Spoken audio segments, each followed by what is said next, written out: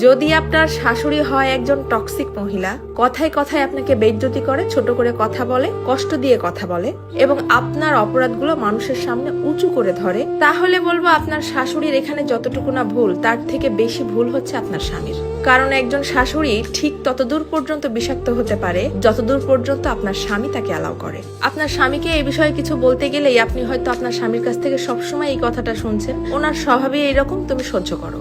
আমি কিছু বলতে গেলে বাড়ির পরিবেশটা নষ্ট হয়ে যাবে। তাহলে সরি টু সে ভাই, আপনার বাড়ির পরিবেশ অলরেডি খারাপ হয়ে গেছে। আপনি আপনার স্ত্রীকে সবসময় দুঃখী দেখছেন, ডিপ্রেশনে দেখছেন, এবং এটার একটা প্রভাব আপনার দাম্পত্য জীবন এমনকি আপনার সন্তানের উপরেও পড়ছে, এবং যেটাতে কোনো পদক্ষেপ না নিয়ে আপনি সমর্থনও করছেন।